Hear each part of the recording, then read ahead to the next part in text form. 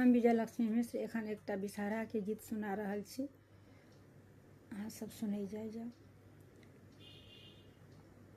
मान सरोवर बिसहरि गेली नहाय, राम सह देखी कनिया सुहावे रहली लोभाय।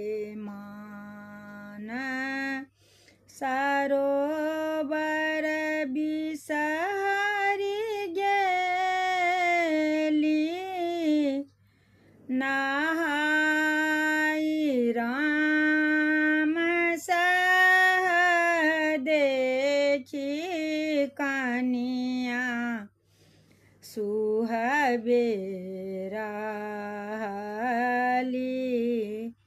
लोभाय। जाल आर फूल लेने सुंदर दुल्हा ठाढ़, राम चालू माता को बर घर पूजा करब।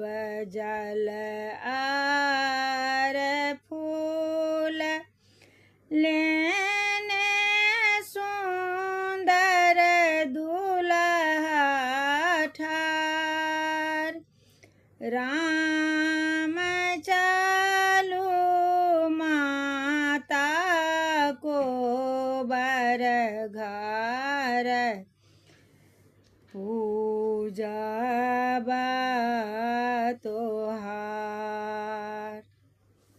मान सरोवर बिसहरि गेली नहाय, राम से हो देखी कनिया सुहावे गेली लोभाय।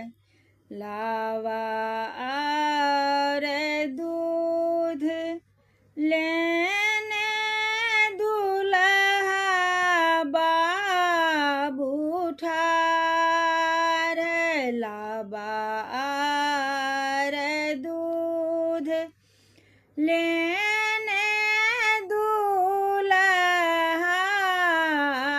ठाढ़, राम चालू माता को बर घर पूजन करब।